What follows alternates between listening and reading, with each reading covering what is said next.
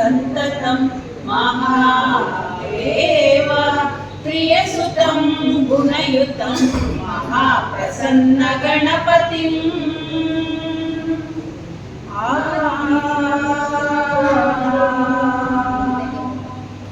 आदिदैव गजवदनं चारुमोदकप्रियम् आदिदैव गजवदनं चारुमोदकप्रियम् वेदभावनाशकम् अभेदरूपमद्वयम् वेदभावनाशकम् अभेदरूपमद्वयम् महाप्रसन्नगणपतिं चिन्तयामि सन्ततं महादेव प्रियसुतं गुणयुतं महाप्रसन्नगणपतिम्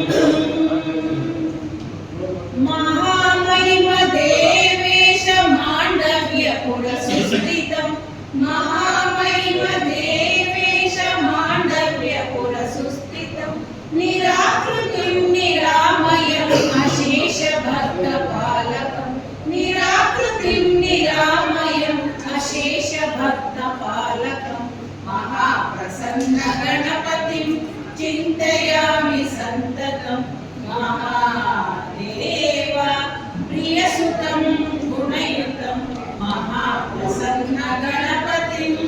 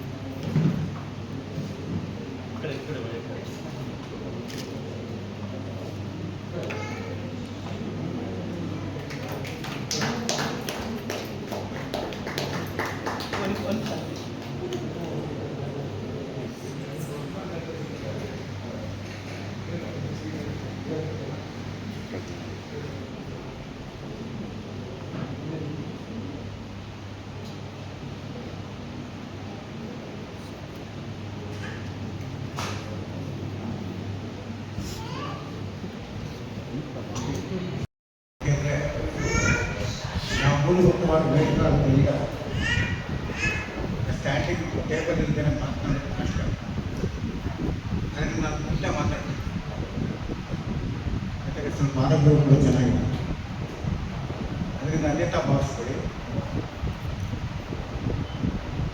ಇವತ್ತು ಕನ್ನಡ ಪುಸ್ತಕ ಪ್ರಾಧಿಕಾರ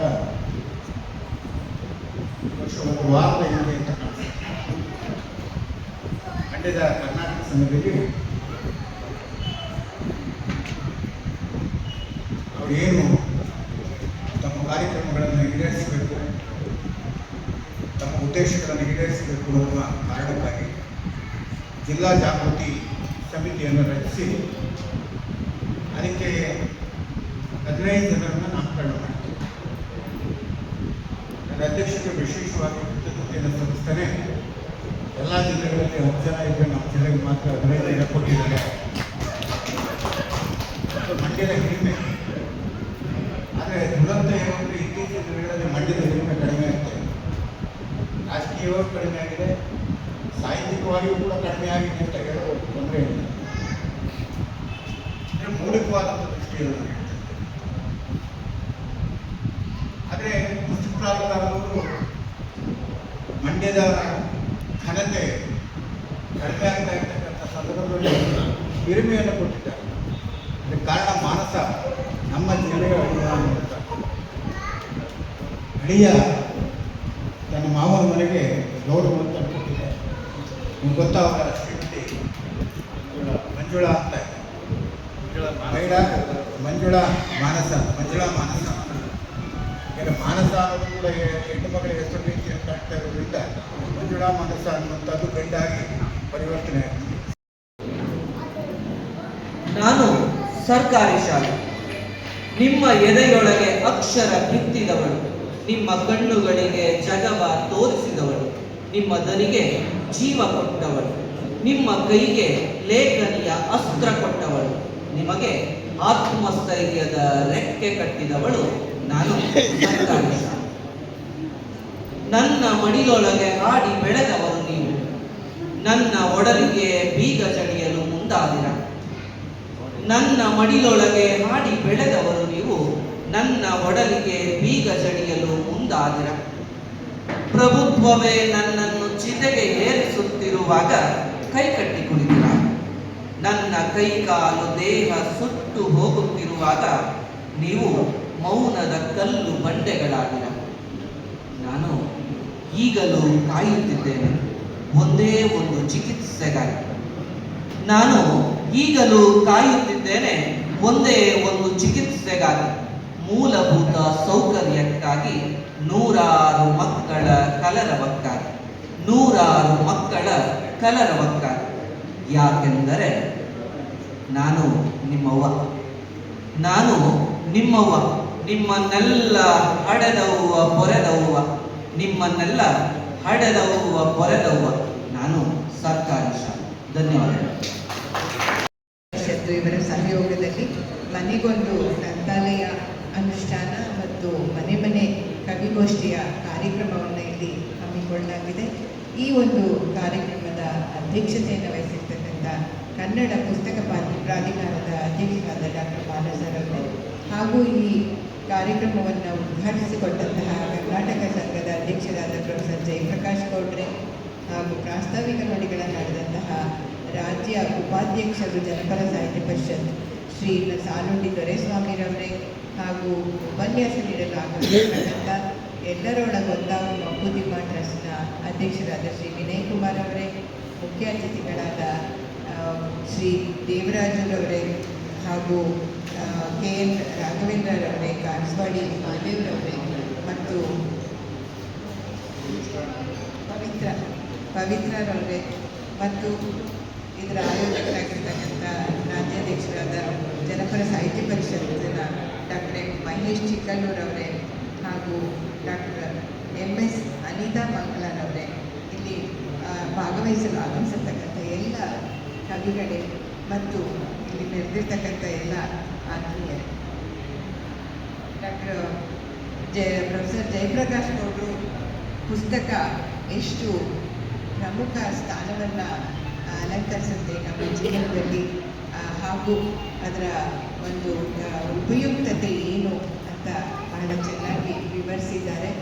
ಪುಸ್ತಕದ ಓದು ಕಾಲ, ದೇಶ, ನೀರಿನ ಒಂದು ಭಾವಯಾನ ಅಂತ ಹೇಳ್ಬೋದು. ಸೊ ಪುಸ್ತಕ ನಮ್ಮ ಒಂದು ಸನಾತನತೆಯನ್ನು, ನಮ್ಮ ಪುರಾಣ ಇರ್ಬೋದು, ನಮ್ಮ ಶ್ರುತಿ ಸ್ಮೃತಿ ಇರ್ಬೋದು, ಎಲ್ಲವನ್ನು ಕೂಡ ನಮ್ಮ ಜ್ಞಾನವನ್ನು ಅನೇಕ ಪೀಳಿಗೆಗಳಿಗೆ ಅದನ್ನು ಮುಟ್ಟಿಸ್ತಕ್ಕಂಥ ಒಂದು ಪ್ರಮುಖವಾದ ವಾಹಿನಿಯಾಗಿದೆ.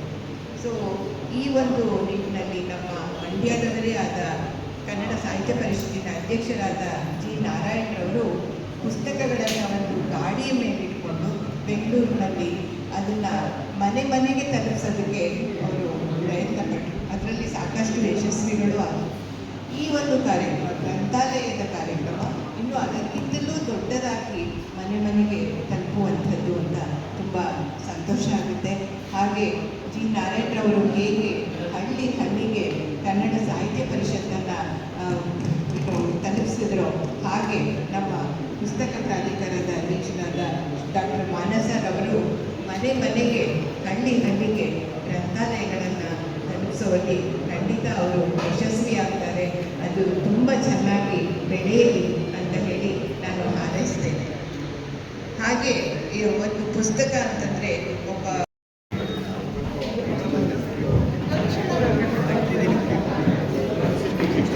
ಮುಂಜಾನೆ ಈ ಕಡೆ ತಿರ್ಕೊಳ್ಳಿ, ನೀವು ಮುಂಜಾನೆ ಈ ಕಡೆ ತಿರ್ಕೊಳ್ಳಿ, ನೀವು ಆ ಕಡೆ ಈ ಕಡೆ ನೋಡಬೇಡಿ.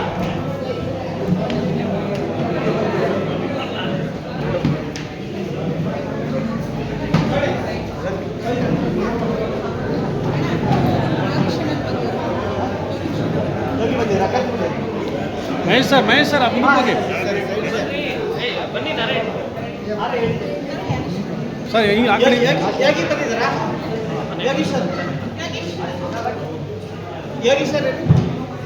ಯೋಗೀಶ್ ಶರವಣ ಹಂಗೆ ಹಿಂದ್ಗಡೆ ಬಾಣ, ಹಿಂದ್ಗಡೆ ಖಾಲಿ ಇದೆ ಬಾಣ. ಮಹೇಶಣ್ಣ ನೀವು ಸರ್ ನೀವೇ ಅಡ್ಡ ಹೋಗ್ತಾ ಇದ್ದೀರಿ.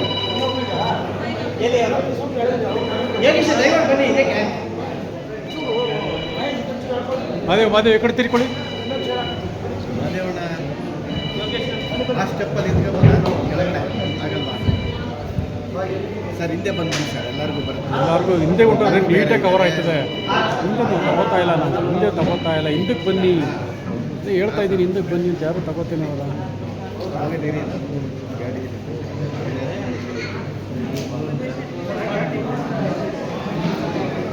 ಮಾದೇವಣ್ಣ ಈ ಮಧ್ಯೆ ಬಂದರೆ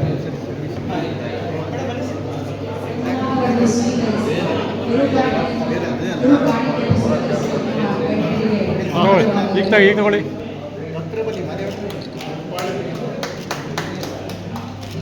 ಮಂಜುನಾ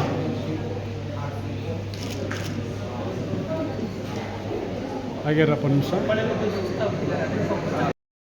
ಮುಂಭಾಗದಲ್ಲಿರುವ ಅತಿ ಗಣ್ಯರು ಹಾಗೆ ಉಳಿದಿರೋದಕ್ಕೆ ಅತಿ ಗಣ್ಯ. ಈಗ ಅಧ್ಯಕ್ಷರ ಮಾತು ಅಂತ ಹೇಳಿದ್ರು, ಅಧ್ಯಕ್ಷ ಭಾಷಣ ಮಾಡೋದಿಲ್ಲ. ಯಾಕೆಂದರೆ ಅಧ್ಯಕ್ಷರಾದವನ ಕೆಲಸ ಎಲ್ಲವನ್ನೂ ಕೇಳಿಸ್ಕೊಡೋದು.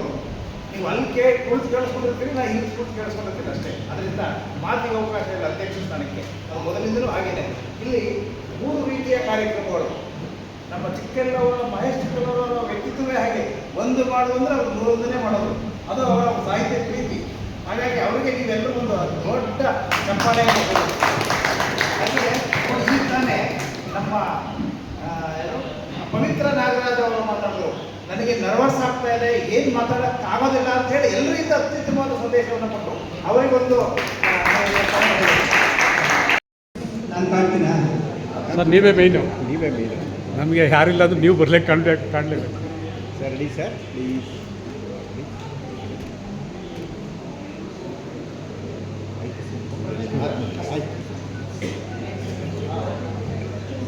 ಈಗ